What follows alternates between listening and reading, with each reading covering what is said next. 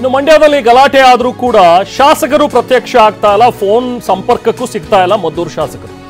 ಎಲ್ಲಿ ಹೋಗಿದ್ದಾರೆ, ಎಲ್ಲಿ ಅಪ್ಸ್ಕೊಂಡಾಗಿದ್ದಾರೆ? ಹಾಗಾದ್ರೆ Kadaluru Uday phone switch off ಆಗಿದೆ.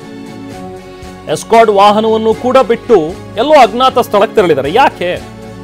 ಸದಾಶಿವನಗರದಲ್ಲಿ ಅವರ ಮನೆ, ಆದ್ರೆ ಅಲ್ಲೂ ಇಲ್ಲ ಉದಯ್ ಅವರು. ಮಂಡ್ಯದಲ್ಲಿ ಗಲಾಟೆ ಆಗ್ತಿದ್ರು, ತಮ್ಮ ಮದ್ದೂರು, ತಮ್ಮ ಕ್ಷೇತ್ರ, ತಮ್ಮನ್ನು ಗೆಲ್ಲಿಸಿರುವಂತಹ ಜನ ಇವತ್ತು ಬೀದಿಗಿಳಿದು ಹೋರಾಟವನ್ನು ಮಾಡ್ತಾ ಇದ್ದಾರೆ, ಪ್ರತಿಭಟನೆ ಮಾಡ್ತಾ ಇದ್ದಾರೆ. ಆದರೆ ಕದಲೂರು ಉದಯ್ ಅವರು ಎಲ್ಲಿದ್ದಾರೆ? ಹಾಗಾದ್ರೆ ಯಾಕೆ ಅವರು ಮಾಧ್ಯಮಗಳ ಸಂಪರ್ಕಕ್ಕೂ ಸಿಗ್ತಾ ಇಲ್ಲ, ಅವರ ವೋಟರ್ ಸಂಪರ್ಕಕ್ಕೂ ಸಿಗ್ತಾ ಇಲ್ಲ? ಎಲ್ಲಿ ಹೋಗಿದ್ದಾರೆ ಹಾಗಾದ್ರೆ ಅನ್ನುವಂಥದ್ದು ಪ್ರಶ್ನೆ. ಬೆಳಿಗ್ಗೆಯಿಂದ ಸುದ್ದಿ ಪ್ರಸಾರ ಆಗ್ತಾ ಇದೆ. ಗೊತ್ತಿದೆ ಅವ್ರಿಗೇನು ಗೊತ್ತಿಲ್ಲ ವಿಚಾರ ಅಂತೆಲ್ಲ, ಅಕ್ಕಪಕ್ಕ ಅಷ್ಟು ಜನ ಇರ್ತಾರೆ, ಅವರಿಗೆ ಏನಾಗ್ತಾ ಇದೆ ಮದ್ದೂರಿನಲ್ಲಿ ಅನ್ನುವಂಥದ್ರ ಬಗ್ಗೆ ಅವ್ರಿಗೂ ಕೂಡ ಮಾಹಿತಿ ಹೋಗ್ತಾ ಇರುತ್ತೆ.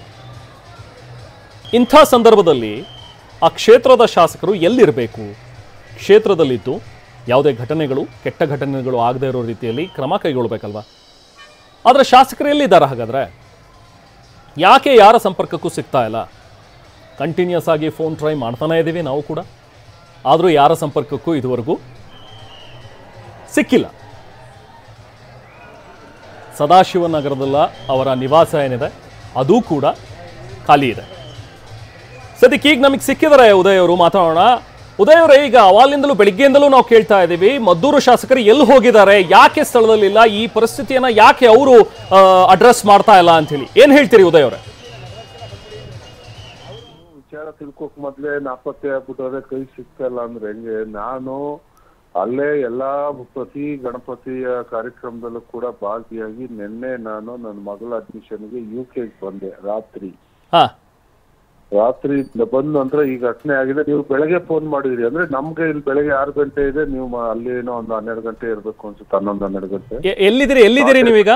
ಮಾಡಿದಿರಿ. ನಾನು ಲಂಡನ್ ಅಲ್ಲಿ ಇದ್ದೀನಿ, UK ಅಲ್ಲಿ ಇದ್ದೀನಿ. ಓಕೆ. ನಾವ್ ಎಲ್ಲಾದು ಮೊನ್ನೆ ರಾತ್ರಿವರೆಗೂ ಎಲ್ಲಾ ಕಾರ್ಯಕ್ರಮದಲ್ಲೂ ಭಾಗಿಯಾಗಿ, ನಾನು ಒಂದ್ ಕಡೆ, ನನ್ನ ಸಹೋದರ ಒಂದ್ ಕಡೆ, ಎಲ್ಲಾ ಕಾರ್ಯಕ್ರಮದಲ್ಲೂ ಗಣಪತಿ ಕಾರ್ಯಕ್ರಮದಲ್ಲಿ ಭಾಗಿಯಾಗಿ ನಾನು ಅಡ್ಮಿಷನ್ಗೋಸ್ಕರ ಮಗಳದು ಇಲ್ಲಿ ಬಂದೆ. ನಿನ್ನೆ ಇಂಥದ್ದು ಘಟನೆ, ಅಹಿತಕರ ಘಟನೆ ನಡೆದಿದೆ. ಇದನ್ನ ಘಟನೆಯನ್ನ ನಾನು ಖಂಡಿಸ್ತೇನೆ. ಜೊತೆಗೆ ನಮ್ಮಲ್ಲಿ ಈ ತರದ್ದೆಲ್ಲ ಯಾವತ್ತೂ ಆಗ್ಲಿಲ್ಲ, ಇತಿಹಾಸದಲ್ಲಿ ನಮ್ಮಲ್ಲಿ ಈ ತರದ ಘಟನೆಗಳು ನಡೆದಿಲ್ಲ. ಇದೇನು ಆಗಿದೆ ಇದ್ರ ಬಗ್ಗೆ ರಾತ್ರಿನೇ ಎಲ್ಲ ಅಧಿಕಾರಿಗಳ ಜೊತೆ ನಾವು ಚರ್ಚೆಯನ್ನ ಮಾಡಿದೀವಿ. ರಾತ್ರಿನೇ ಆದಷ್ಟು ಜನ ಯಾರು ಅಲ್ಲಿದ್ದವರು, ಸರೌಂಡಿಂಗ್ಸ್ ಅಲ್ಲಿ ಇದ್ದವರು, ಸಂಬಂಧಪಟ್ಟವ್ರನ್ನೆಲ್ಲ ವಜಕ್ ಪಡಿಬೇಕು ಅಂತ ಹೇಳಿದ್ವಿ. ರಾತ್ರಿನೇ ಕಾರ್ಯಾಚರಣೆ ಮಾಡಿ ಕೆಲವ್ರನ್ನೆಲ್ಲ ಪೊಲೀಸರು ಈಗಾಗಲೇ ಬಂಧಿಸಿದ್ದಾರೆ. ಇಲ್ಲಿ ನಾವು ಶಾಂತಿ ಪ್ರಿಯರು, ನಮ್ ಜನತೆ ಉದ್ಯೋಗಕ್ಕೆ ಒಳಗಾಗಬಾರ್ದು. ಈಗ ಬೇರೆ ಪಕ್ಷದವ್ರು ಬಂದು ರಾಜಕೀಯ ಬೇಳೆ ಬೇಯಿಸಿಕೆ ಅದು ಇದು ಅಂತ ಮಾಡ್ತಾರೆ. ಆದ್ರೆ ನಾವು ದಿನನಿತ್ಯ ನಾವ್ ಇಲ್ಲಿ ಇರ್ಬೇಕಾದ್ರು ನಾವ್ ಯಾವ್ದಕ್ಕೂ ಅಂತದಕ್ಕೆ ಉದ್ಯೋಗಕ್ಕೆ ಒಳಗಾಗೋದು ಬೇಡ. ಶಾಂತಿಯನ್ನ ಕಾಪಾಡೋಣ. ಅವ್ರು ಯಾರೇ ಹಾಕಿದ್ರು ಈ ಘಟನೆಗೆ ಯಾರೇ ಭಾಗಿಯಾದ್ರೆ ಅವ್ರು ಮುಲಾಜಿದ್ದ ಕ್ರಮವನ್ನ ನಾವು ತಗೊಳ್ತೀವಿ. ಇದ್ರ ಬಗ್ಗೆ ಯಾರಿಗೂ ಆತಂಕ ಬೇಡ. ಶಾಂತಿಯನ್ನ ಕಾಪಾಡಿ ಅಂತ ನಮ್ಮ ತಾಲೂಕು ಜನತೆಗೆ. ವೆರಿ ಫೇರ್ ಉದಯ್ ಅವರೇ. ಹಾಗೆ ನಿನ್ನೆ ಹೋಗಿದ್ದ ಉದಯ್ ಅವರೇ ನೀವು ಲಂಡನ್? ಮೊನ್ನೆ ರಾತ್ರಿ ಲ್ಯಾಂಡ್ ಆಗುತ್ತೆ ಈ ವಿಚಾರ ಬಗ್ಗೆ. ಓಕೆ. ಸೊ ಆಯ್ತಾ ಈಗ ಎಲ್ಲ ಅಡ್ಮಿಷನ್? ಹೊರಡ್ತೀರಾ, ವಾಪಸ್ ಬರ್ತಿದ್ದೀರಾ ಈಗ ಕ್ಷೇತ್ರಕ್ಕೆ? ರಾತ್ರಿ ಅಷ್ಟೇ ಬಂದಿದ್ದು, ಬೆಳಗ್ಗೆ ಇವಾಗ 8 ಗಂಟೆ. ರೈಟ್. ನಾಳೆ ಅಷ್ಟಲ್ಲಿ ಬರ್ತೀರಿ? ರೈಟ್. ಅಂದ್ರೆ ಯಾಕೆ ಆಗ್ತಾ ಇದೆ ಈ ತರದ ಘಟನೆ ಅಂತ ಅನ್ಸುತ್ತೆ ಉದಯ್ ಅವ್ರೆ? ಯಾಕಂದ್ರೆ ನಿಮ್ದೇ ಕ್ಷೇತ್ರ ನೋಡಿ, ಲಾಸ್ಟ್ ಟೈಮ್ ನಾಗಮಂಗಲದಲ್ಲಾಯ್ತು, ಈ ಸತಿ ಇಲ್ಲ ಆಗ್ತಾ ಇದೆ. ಇದು ಆಕಸ್ಮಿಕ.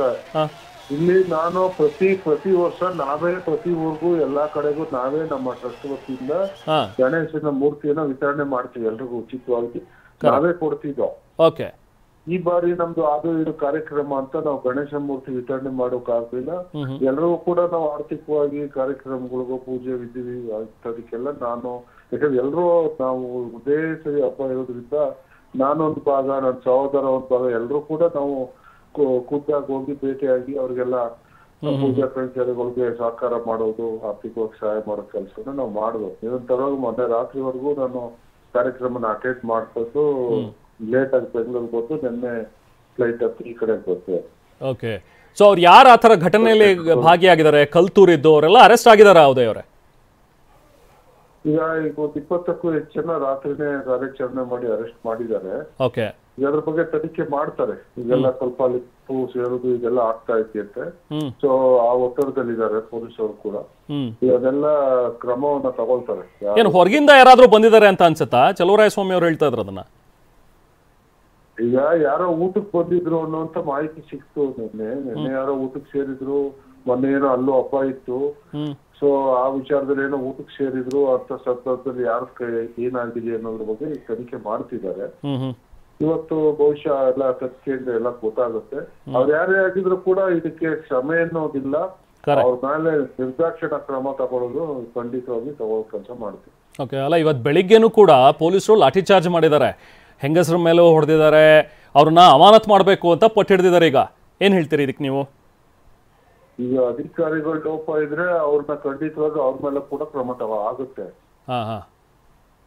ಓಕೆ, ಯಾರೇ ಇದ್ರು ಕೂಡ ಇದಕ್ಕೆ ತಪ್ಪಿತಸ್ಥರು ಅಧಿಕಾರಿಗಳಿದ್ರು ಸಹ ಬಿಡಲ್ಲ, ಬೇರೆ ಯಾರಿದ್ರು ಬಿಡಲ್ಲ, ಕ್ರಮ ಕೆಲಸ ಆಗೇ ಆಗುತ್ತೆ.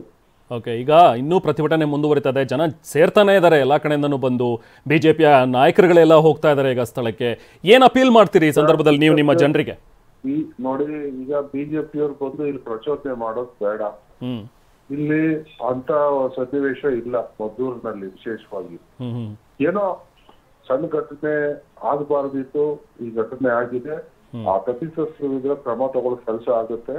ಮತ್ತೆ ಎಂದಿನಂತೆ ಶಾಂತಿಯುತವಾಗಿ ತಾಲೂಕು ಇರ್ತದೆ. ಇವ್ರುಗಳು ಬಂದು ಇಲ್ಲಿ ರಾಜಕೀಯ ಬೆಳೆ ಬಯಸ್ಕೋಕೆ ಪ್ರಚೋದನೆ ಮಾಡೋದು ಬೇಡ ಅಂತ ಹೇಳಲಿಕ್ಕೆ ಬಯಸ್ತಾರೆ. ನಮ್ ಜನಕ್ಕೂ ರಿಕ್ವೆಸ್ಟ್ ಮಾಡೋದು ನಾನು ಇಷ್ಟೇ, ಅವ್ರು ಯಾರೋ ಏನೋ ಹೇಳ್ತಾರೆ ಅನ್ನೋದ್ರ ಬಗ್ಗೆ ನೀವ್ ಯಾರು ಪ್ರಚೋದನೆಗೆ ಒಳಗೋಗೋದು ಬೇಡ, ಉದ್ಯೋಗಕ್ಕೂ ಒಳಗೋಗೋದು ಬೇಡ. ಶಾಂತಿಯನ್ನ ಕಾಪಾಡಿ ಅವ್ರು ಯಾರೇ ತಪ್ಪು ಮಾಡಿದ್ರು ಅವ್ರ ಮೇಲೆ ನಿರ್ದಾಕ್ಷಿಣ್ಯವಾಗಿ ಕ್ರಮವನ್ನ ನಾವು ತಗೊಳ್ತೀವಿ. ಫೇರ್ ಉದಯ್ ಅವರೇ, ಥ್ಯಾಂಕ್ ಯು ಉದಯ್ ಅವರೇ, ತಾವು ನಮ್ಮ ಜೊತೆ ಮಾತನಾಡಿದ್ರೆ. ಇದು ಕದಲೂರು ಉದಯ್ ಅವರ ಮಾತುಗಳು. ನಾನೆಲ್ಲೂ ಕೂಡ ಹೋಗಿಲ್ಲ, ಎಬ್ಸ್ಕೊಂಡಾಗಲಿಲ್ಲ. ಇನ್ಫ್ಯಾಕ್ಟ್ ನಾನು ಸಂಜೆ ತಾನೇ ನಾನು ಲಂಡನ್ನಿಗೆ ಬಂದೆ, ಯಾಕಂದರೆ ಮಗಳ ಅಡ್ಮಿಷನ್ ಇತ್ತು.